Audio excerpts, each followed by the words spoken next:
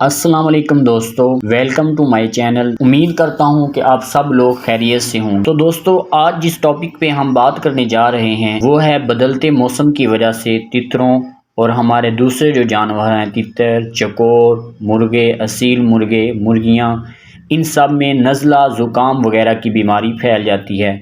چونکہ سردیوں میں انسانوں کو بھی بخار، نزلہ، زکام وغیرہ ہونا شروع ہو جاتا ہے، اس طرح جانوروں کو بھی بدلتے موسم کے ساتھ ساتھ نزلہ اور بخار جیسی اور ایک تیسری بیماری رانی کھیت جیسی بیماری لگنے کا خدشہ ہوتا ہے۔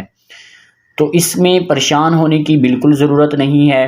جو آپ کو میں نسخہ بتانے جا رہا ہوں وہ نہایت ہی آسان اور بالکل سستا ترین ہے۔ تو دوستو، آپ نے کرنا یہ ہے کہ کسی بھی میڈیکل سٹور پہ جا کے ایک ٹیرامائسین کا کیپسول لے لینا ہے۔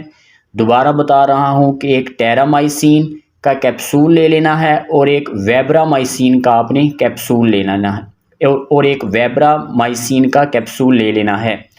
ان دونوں کیپسولز کو آپ نے کھول کر ان کا پاؤڈر نکال کر اور پرانا گڑ حسب ضرورت لے کر اس میں ملا کر ایک گندم کے دانے کی برابر آپ نے چھوٹی چھوٹی 10 سے 12 گولیاں بنا لینی ہیں۔ اب وہ روز کی ایک گولی آپ نے اپنے تتر کو کھلا دینی ہے، اور اس بات کا خیال رکھنا ہے کہ گولی کھلانے کے بعد پانی وغیرہ بالکل بھی نہیں پلانا۔ تو انشاءاللہ آپ کا تتر اور اس کی یہ بیماری بالکل ٹھیک ہو جائے گی۔